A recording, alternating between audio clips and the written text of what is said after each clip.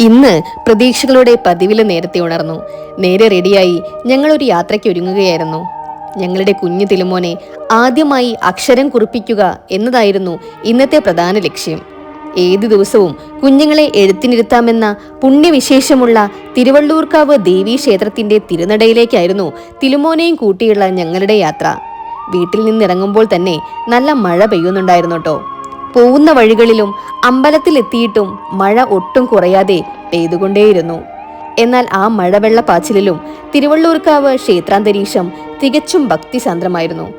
അന്തരീക്ഷത്തിൽ ഉയർന്നു കേട്ട മന്ത്രധ്വനികളും കർപ്പൂരഗന്ധവും മനസ്സിൽ വലിയൊരു ശാന്തത നിറച്ചോട്ടോ. ആ പുണ്യസന്നിധിയിൽ വെച്ച് ഹരിശ്രീ കുറിച്ചുകൊണ്ട് തിലുമോൻ അറിവിന്റെ ലോകത്തേക്ക് ആദ്യ ചുവടുവെച്ചു. അമ്പലത്തിലെ ദർശനത്തിന് ശേഷം ഞങ്ങൾ നേരെ പോയത് ശരവണ ഹോട്ടലിലേക്കായിരുന്നു. അവിടെ നിന്ന് ചായ കുടിച്ച ശേഷം അടുത്ത യാത്രയ്ക്കായി പുറപ്പെട്ടു. ഓമന ചേച്ചിയുടെ മോളുടെ കല്യാണത്തിൽ പങ്കെടുക്കാൻ കൊപ്പത്തേക്കായിരുന്നു യാത്ര. പോകുന്ന വഴിയിൽ കുന്നംകുളത്ത് വെച്ച് ഏട്ടൻ ഇറക്കി വിട്ടു. അതിനുശേഷം ഞാനും തിലുമോനും ബാക്കിയുള്ള എല്ലാവരും കൊപ്പത്തുള്ള കല്യാണ മണ്ഡപത്തേക്ക് യാത്ര തുടർന്നു. കല്യാണ സ്ഥലത്തെത്തിയപ്പോൾ തന്നെ ഞങ്ങൾ ആദ്യം കണ്ടത് വിദ്യ ചേച്ചിയെ ആയിരുന്നു. ചേച്ചിയെ കണ്ട് കുറച്ചു നേരം വിശേഷങ്ങളൊക്കെ സംസാരിച്ചു.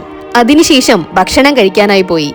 2000 പേർക്കുള്ള കല്യാണമായതുകൊണ്ട് തന്നെ നല്ല തിരക്കായിരുന്നു അവിടെ. ഒടുവിൽ ആളൊഴിഞ്ഞ ഒരു ഇടം കണ്ടെത്തി സ്ഥാനം ഉറപ്പിച്ചു. അവിടെ ഭക്ഷണം വിളമ്പുന്നവരെല്ലാം ഒരേ നിറത്തിലുള്ള വസ്ത്രങ്ങളാണ് ധരിച്ചിരിക്കുന്നത്. അത് ആ കല്യാണ ചടങ്ങിനെ ഒരു പ്രത്യേക ഭംഗിയും അച്ചടക്കവും നൽകിയതുപോലെ തോന്നിയിട്ടോ.